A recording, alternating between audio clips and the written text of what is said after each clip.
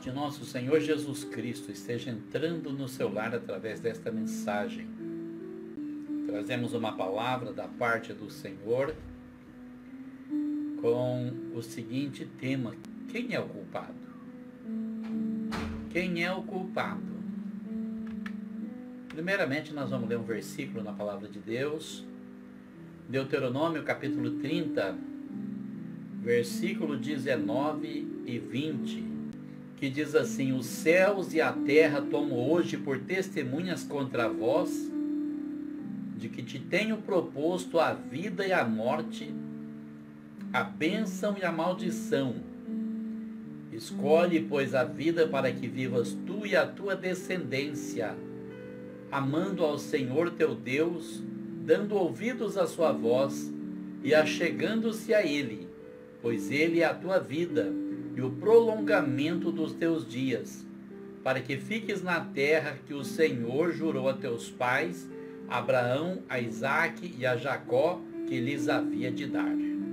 É uma boa palavra e que também mostra a responsabilidade das nossas escolhas. Muita coisa errada acontece na nossa vida. Umas porque nós não podemos evitar, são meros acidentes. Outras por causa das nossas escolhas. Bom, nós não somos perfeitos. E nós não viemos para esse mundo com um manual de instruções. Então não dá para saber certas coisas até que a gente tenha aprendido. E muitas vezes, algumas dessas coisas a gente só aprende errando. Errando é que se aprende a fazer o certo. Mas as nossas escolhas, que podem nos levar para o caminho do erro, também podem nos levar para mais perto de Deus. E não é porque nós erramos no passado que nós devemos continuar errando. Não, nós podemos mudar a nossa opinião, fazer uma nova escolha, mudar de vida e nos achegar a Deus. Moisés, quando disse essa palavra, estava bem velhinho. Tinha 120 anos de idade. Já estava cansado, não somente do trabalho, da fadiga, mas da própria vida. Porque viver muito cansa. Quando se chega numa certa idade e se tem certeza da salvação, a única coisa que a gente passa a desejar é uma morada no paraíso. A vida eterna, é longe de toda a agitação desse mundo tenebroso, é longe de todas as mentiras que nós encontramos aqui, é longe de toda a maldade que se opera nessa terra, mas sim um lugar de refrigério e descanso na presença do nosso Salvador. E Ele nos prometeu esse lugar. Ele disse: eu vou preparar-vos lugar, e depois que eu preparar o lugar, eu voltarei e eu levarei vocês para mim mesmo, para que vocês estejam onde eu estiver. E é esse lugar que nós desejamos. Mas Moisés aqui estava vindo de uma longa jornada.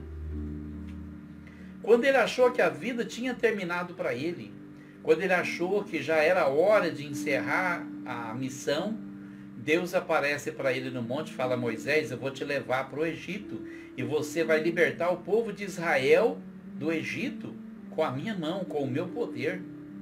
Embora relutante, Moisés desceu ao Egito, foi amparado por seu irmão Arão, que era 3 anos mais velho do que ele. Moisés tinha 80 anos e Arão tinha 83 anos. E a irmã Miriam, que também era um pouco mais velha do que Arão, só tinha velho naquela missão. Você vê como que Deus faz as coisas. Deus não precisa da juventude, Deus não precisa do nosso poder, Deus não precisa do nosso dinheiro, Deus não precisa da nossa força, da nossa inteligência. Deus só precisa que nós nos disponhamos a ser usados por Ele. Então Ele traz tudo aquilo que nós não temos: o vigor da juventude, a inteligência que nós não temos, a unção e a autoridade espiritual para fazer a obra de Deus. E Ele nos leva pelo caminho que Ele quer. Não é do jeito que nós queremos, é do jeito que Ele quer.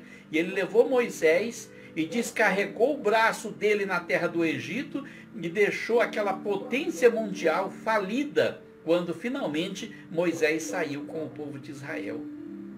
Ei, mas a luta de Moisés mal estava começando. Moisés não fazia ideia do que aquele povo ia aprontar com ele no deserto.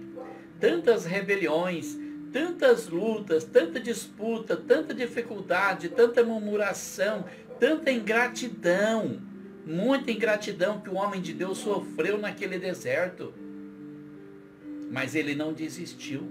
Em nenhum momento ele voltou para o Senhor e disse: Senhor, eu estou entregando o meu cargo, põe outra pessoa no meu lugar. Não, ele permaneceu firme, ele continuou batalhando, e era um homem que tinha amor no coração.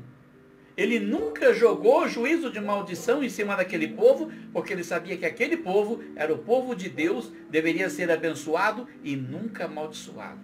Em alguns momentos, tentaram apedrejar Moisés, criaram várias rebeliões, queriam levantar um capitão e voltar para o Egito, queriam outro líder, queriam assumir o sacerdócio, fizeram de tudo. Mas Moisés, com a sua mansidão, com o seu amor, com a sua confiança no Senhor, ele venceu todos os obstáculos, todos. Então, quando o povo já tinha se acalmado bastante, quem se levanta contra Moisés? A própria irmã Miriam se levantou contra ele. Por causa do casamento dele, julgando o homem de Deus. Olha, você pode não concordar com certas coisas, achar que está errado, mas guarda para você e deixa o juízo para Deus. Deus sabe o coração de cada um. Você não é ninguém para julgar. Você deve apenas pedir misericórdia para a sua vida. Miriam quis ser melhor do que Moisés. Apontou o dedo para ele e disse: Moisés, se você é profeta, nós também somos. Se Deus fala através de você, fala através de nós também. E a Bíblia diz que Moisés não deu uma palavra. Ainda mais, a Bíblia diz que Moisés era o homem mais manso da terra, o homem mais calmo, mais tranquilo. Ouviu todas aquelas afrontas calado e não disse nada. Nada. Mas Deus comprou a briga de Moisés. É o que acontece quando a gente confia a nossa vida nas mãos do Senhor. Você entrega e Ele entra na briga. E Deus não entra para perder, porque Ele nunca perdeu. Ele entra para vencer. Assim que ele ouviu aquilo, ele disse para Moisés: vão os três para a tenda da congregação, que eu quero falar com vocês é lá na tenda. E foram os três para lá, para a tenda. Lá na tenda da congregação, Deus desceu naquela coluna de nuvem e disse para Miriam e para Arão: se tiver um profeta no meio de vocês, eu apareço para ele em sonhos.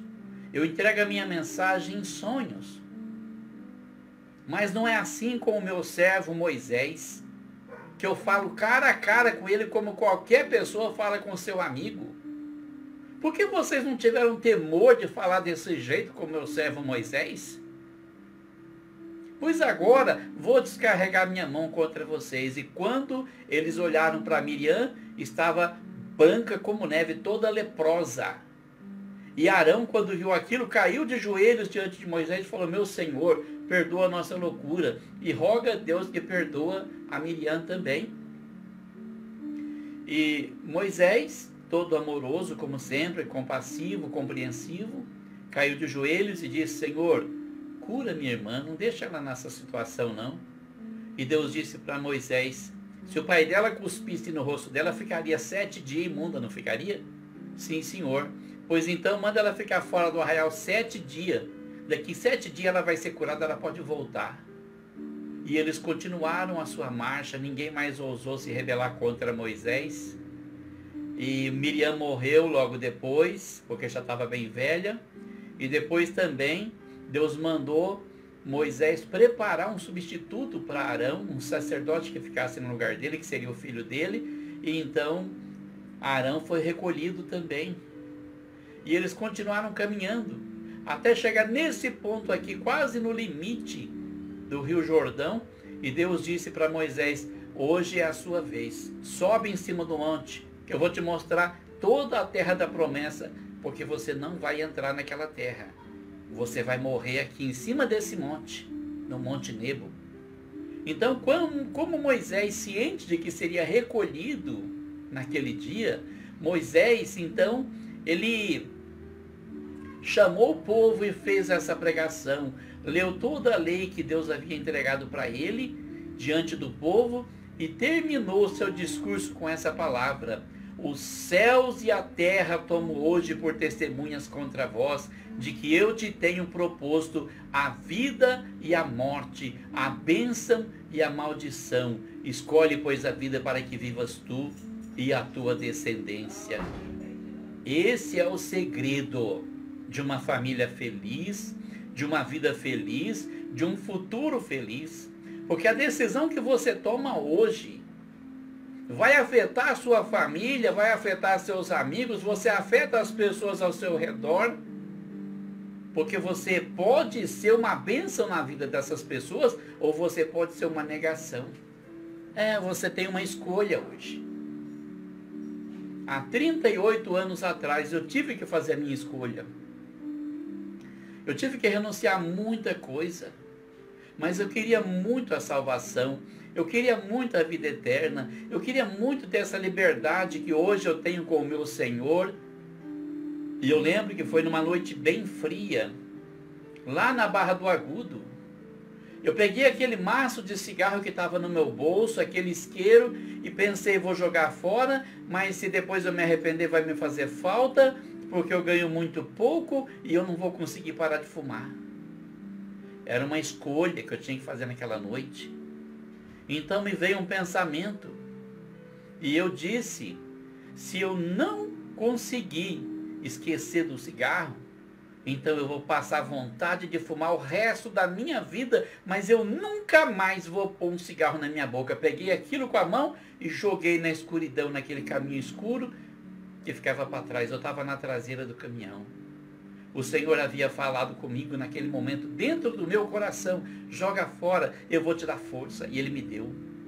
O outro dia, quando amanheceu, eu já estava me sentindo outra pessoa.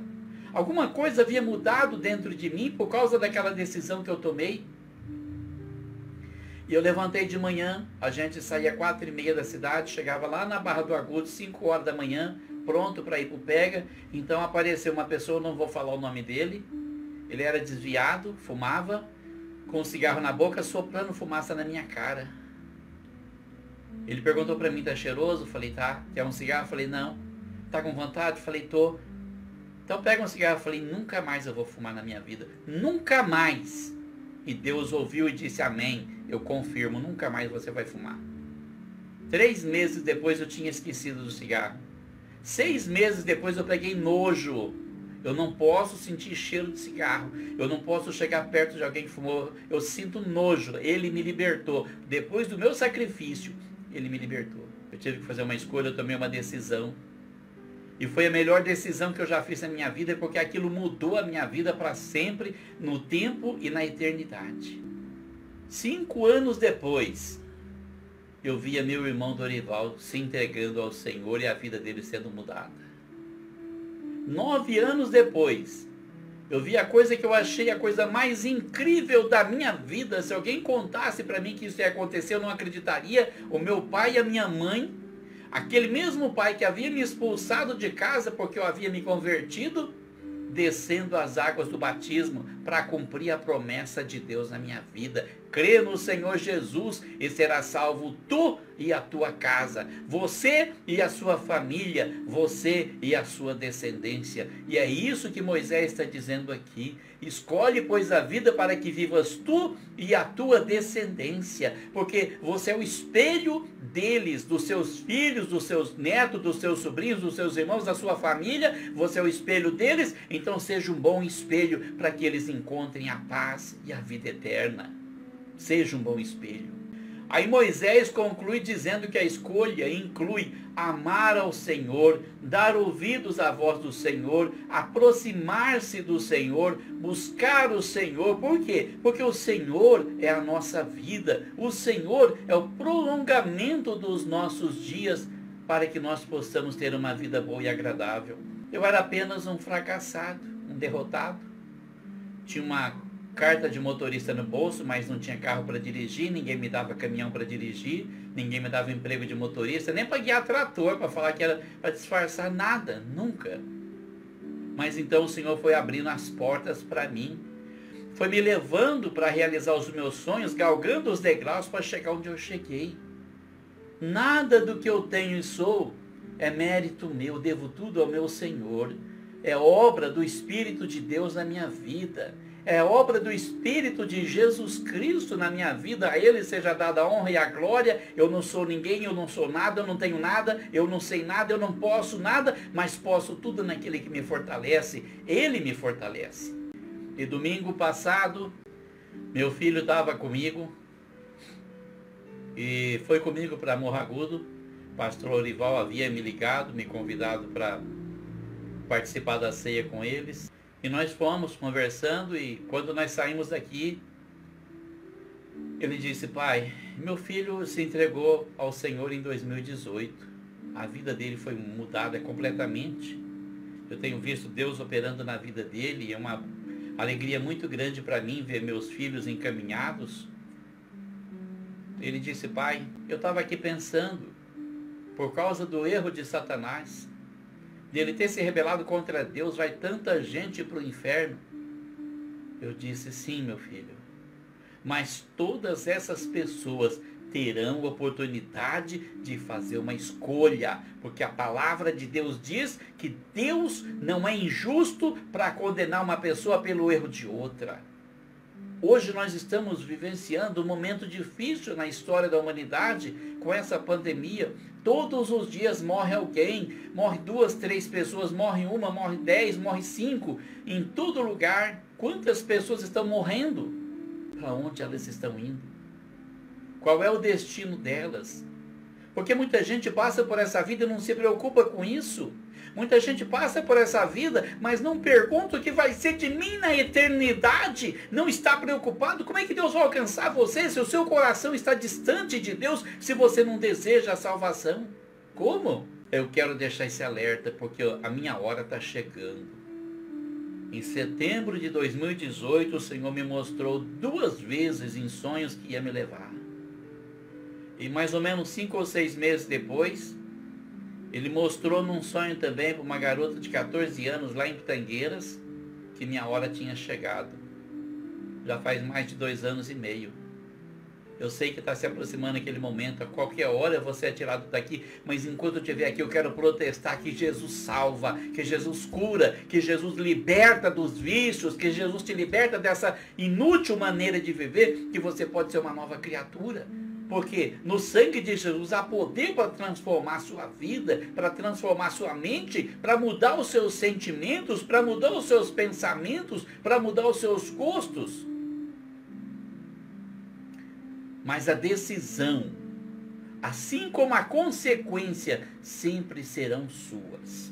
É uma prerrogativa sua e Deus não vai tirar esse poder de você, mas também não vai tirar a responsabilidade da sua vida.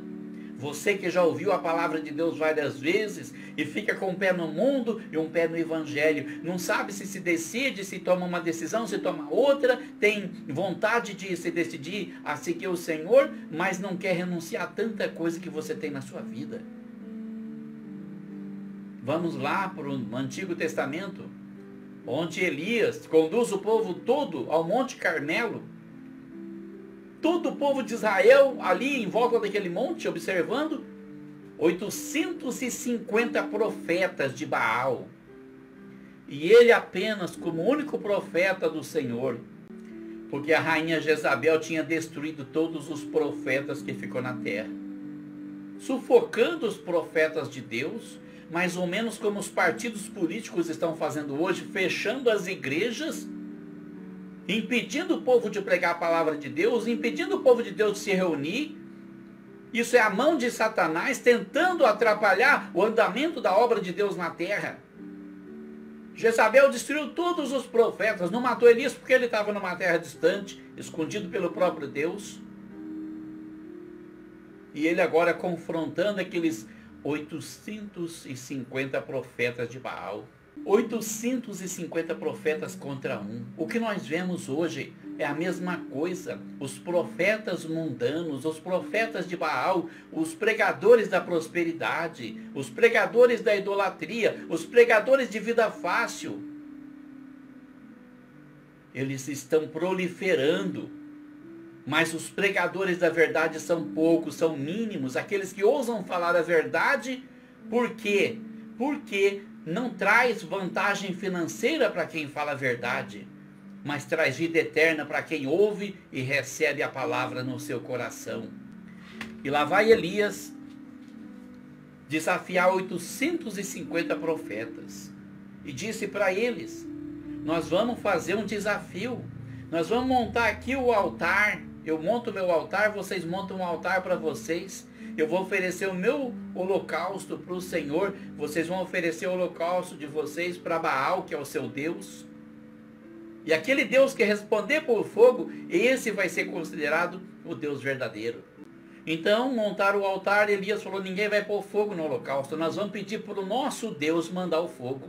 Vocês fazem primeiro, eu faço depois. Vamos ver qual desses é o verdadeiro Deus.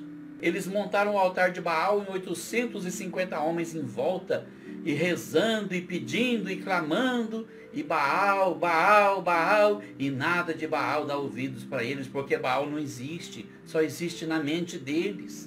Mas eles acreditavam mesmo, eles tinham certeza que Baal era real, e clamavam, e se retalhavam com lanças, e sangue caindo do corpo deles, e nada de Baal ouvir. E o povo de longe observando. E de repente, quando deu mais ou menos meio-dia, Elias começou a zombar da religião deles. Falou: olha, cadê o seu Deus? Será que ele está dormindo? Grita mais alto para ele acordar. Quem sabe ele foi fazer uma viagem, está de férias e volta daqui a pouco. E eles olhavam para ele com raiva, porque ele estava falando mal da religião deles. Mas ele disse: agora chega, agora é a minha vez. Então eles sossegaram, já estavam cansados de se retalhar com lanças, com facas.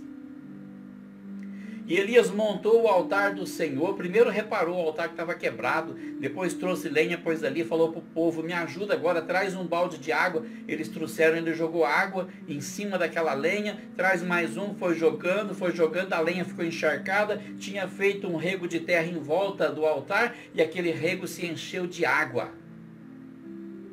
Eles olharam para o outro e falaram assim: coitado, se já não ia ter fogo do céu assim, quanto mais com esse altar encharcado de água.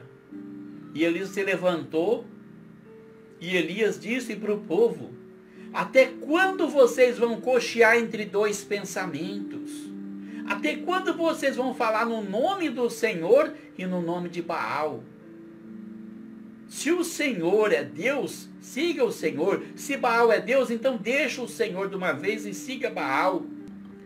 E ele se voltou para o Senhor e fez uma simples oração, dizendo: Senhor, responde-me com fogo, Senhor, para que esse povo saiba que, segundo a tua palavra, eu fiz todas estas coisas. Responde-me agora, Senhor. Ele acabou a oração e um raio caiu do céu, caiu em cima daquela lenha, secou a água que estava no altar, pegou fogo na lenha, pegou fogo no bezerro, queimou tudo, e a fumaça subiu para o céu, e o povo caiu, prostrado sobre o seu rosto, clamando: só o Senhor é Deus, só o Senhor é Deus. Mas a pergunta de Elias fica no ar: até quando cocheareis entre dois pensamentos? Eu disse para o meu filho: olha, todos têm oportunidade de fazer uma escolha, e todos são responsáveis pela escolha que faz. Então não pensa que porque o inimigo errou, porque Satanás, que era um anjo, se revoltou contra Deus e levou todo mundo a errar, que ele vai ser punido, e os errados não. Todos nós somos culpados. Todos nós somos culpados das nossas decisões, porque nós já nascemos no pecado, na maldade e na iniquidade. Mas Jesus, como Cordeiro de Deus, veio tirar o pecado do mundo. Mas muitos acham difícil confiar que Jesus é o Cordeiro de Deus e recorrem a outros nomes, a outros deuses, a outras religiões, a outras formas de redenção. Tem gente que acha que precisa ter mais intercessores do que Jesus, porque Jesus é pouco, é ineficiente. Tem pessoas que recorrem à reencarnação, que é um mito e nunca vai acontecer. Nunca. Porque está ordenado aos homens morrerem uma vez, vindo depois disso o juízo. Nós somos responsáveis. Você não passa uma vida toda aqui nesse mundo ouvindo falar do Senhor, para chegar diante de Deus e falar: Senhor, eu não sabia. Senhor, eu pensei que não era assim. Senhor, eu me enganei. Senhor, me enganaram. Não, você não vai jogar a responsabilidade em cima de outra pessoa. Você é responsável. Você é responsável. Mas, Senhor, eu tinha religião, eu tomava comunhão, eu dava o meu dízimo, não interessa. Eu quero saber o que você fez com o sacrifício do meu Filho Jesus Cristo. Eu quero saber o que você fez com o sangue que ele derramou naquela cruz. Aquele sangue purificador, aquele sangue que perdoa pecados, aquele sangue que restaura vidas, aquele sangue que transforma as pessoas numa nova criatura. O que você fez com ele? Você menosprezou? Você achou que um intercessor, um mediador era ineficiente, precisava de mais? Porque as pessoas gostam tanto de complicar as coisas e que são coisas tão simples. Jesus é o caminho, ele disse: eu sou o caminho, a verdade e a vida. Ninguém vem ao Pai a não ser por mim. Só através de Jesus você chega no céu. Se tomar outro caminho, você vai se perder, porque embora muitos caminhos levem a Roma, apenas um caminho leva ao céu. E esse caminho, ele tem nome, ele se chama Jesus Cristo de Nazaré, o Filho de Deus, o Messias que havia de vir ao mundo, o perdoador de pecados, o Salvador, o Redentor da humanidade, aquele que nos ama e em seu sangue nos lavou dos nossos pecados e nos deu a oportunidade de ser uma nova criatura e escreveu os nossos nomes no livro da vida. Não existe riqueza maior do que ter o nome escrito no livro da vida.